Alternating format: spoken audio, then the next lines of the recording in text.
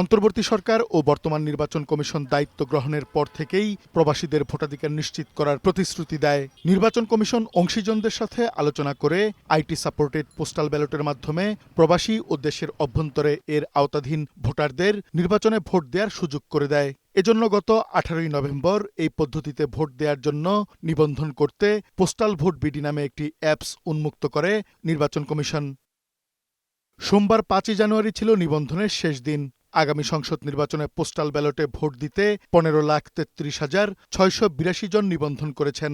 এর মধ্যে 7,61,140 জন দেশের অভ্যন্তর থেকে নিবন্ধন করেছেন, আর বাকি 7,72,542 জন বিশ্বের 122টি দেশে বসবাসরত বাংলাদেশি নাগরিক। পোস্টাল ভোটে পুরুষের অংশগ্রহণ বেশি, তাদের সংখ্যা 12,81,434 জন, আর মহিলা 2,52,246 জন।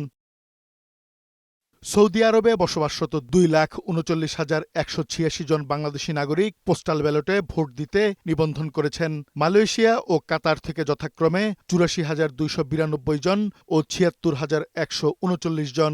এছাড়া ওমান, সংযুক্ত আরব আমিরাত, কুয়েত, যুক্তরাজ্য, যুক্তরাষ্ট্র, ইতালি, বাহরাইন, সিঙ্গাপুর, কানাডা, দক্ষিণ কোরিয়া ও অস্ট্রেলিয়ায় বসবাসকারী 11,000 থেকে 56,000 বাংলাদেশি নিবন্ধন করেছেন।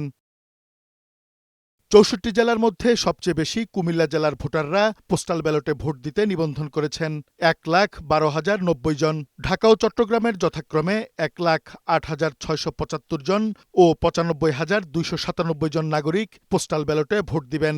এছাড়া 40,000-এর বেশি নাগরিক নিবন্ধন করেছেন নোয়াখালী, চাঁদপুর, সিলেট, ময়মনসিংহ, টাঙ্গাইল, ফেনী ও ব্রাহ্মণবাড়িয়া জেলায়।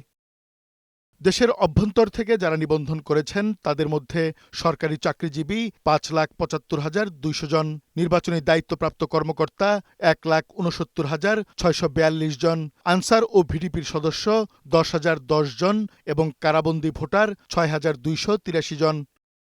300 সংসদীয় আসনের মধ্যে সর্বোচ্চ নিবন্ধন করেছেন ফেনী 3 আসনের ভোটাররা 16,093 জন, আর সবচেয়ে কম বাগেরহাট 3 আসনে 1,628 জন। 18টি সংসদীয় আসনে 10,000-এর বেশি ভোটার ভোট দিবেন পোস্টাল ব্যালটে। 115টি আসনের প্রত্যেকটিতে 5,000-এর বেশি ভোটার নিবন্ধন করেছেন। এছাড়া 260টি আসনের প্রত্যেকটিতে পোস্টাল ব্যালটে ভোট দিবেন 3,000-এর বেশি ভোটার। বিশ্লেষকরা বলছেন, আগামী সংসদ নির্বাচনের ফলাফল নির্ধারণে পোস্টাল ব্যালট গুরুত্বপূর্ণ ভূমিকা রাখবে।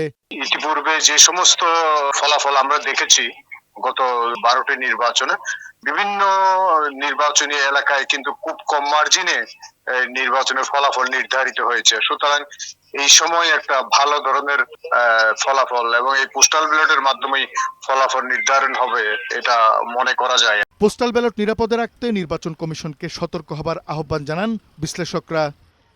কাজী ফরিদ, বৈশাখী সংবাদ, ঢাকা।